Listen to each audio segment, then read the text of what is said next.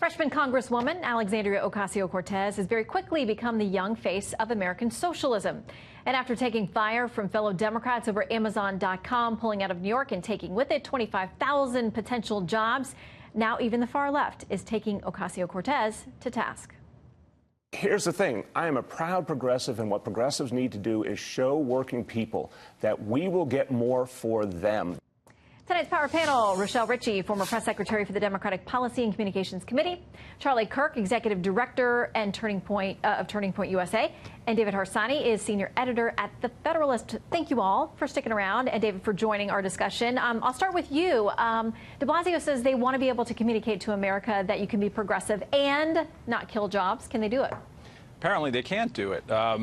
The difference between, populist socialism that sounds good and all of that and the actual nuts and bolts of policy are very different. And AOC is more the real-life socialist than de Blasio because she is actually practicing what she preaches, and it works this way. You can't embrace big companies. You can't give them any incentives for competition, and you can't bring them into Manhattan or anywhere else or New York. So I actually think it can't work, and that's the rift that's happening in the Democratic Party right now. Well, she certainly has become the star of the show for a lot of people, a star on social media, and young people being very attracted to her message. Rochelle, I want to play something that she has said now about the Berlin Wall.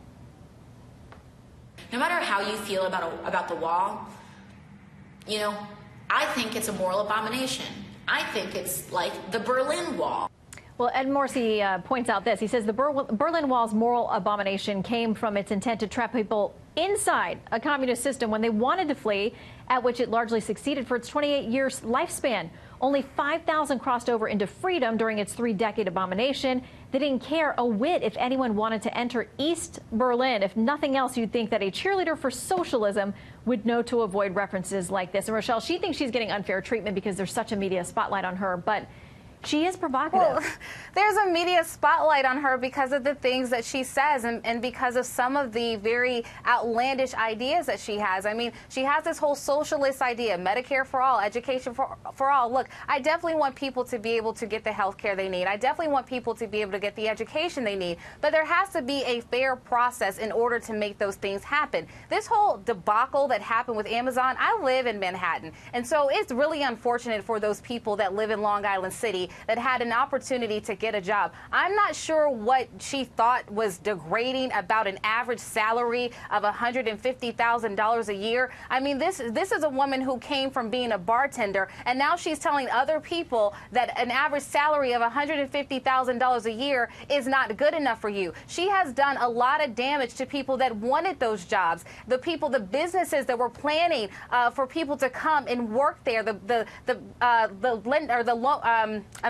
realtors that were refurbishing their brownstones to have people come and move in. And now all of a sudden it's just over, and Amazon is going to take their business elsewhere, and I'm sure any other city is going to be glad to have them in their city. Well, and Charlie, we had new polling out just in the last few days about socialism, capitalism, and for the most part people rejected the idea of socialism in favor of capitalism, but the group that we saw, one of the biggest groups most interested in this, were young people. Here's what Rush Limbaugh has to say about why the attraction.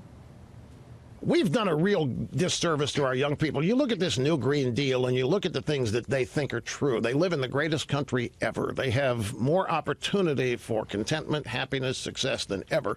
And they think they live in a country that's unjust and immoral. They have been ill-educated, mal-educated, and it's really a shame.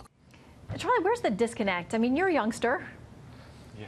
Well, look, this is something I fight on college campuses every single day, and that our organization, Turning Point USA, is up against. And look, for years I've been trying to warn people that there will be an outward socialist under the age of 35 that will come to Congress, and that person will gain a lot of momentum. And I knew that because the college campuses are a harbinger of things to come.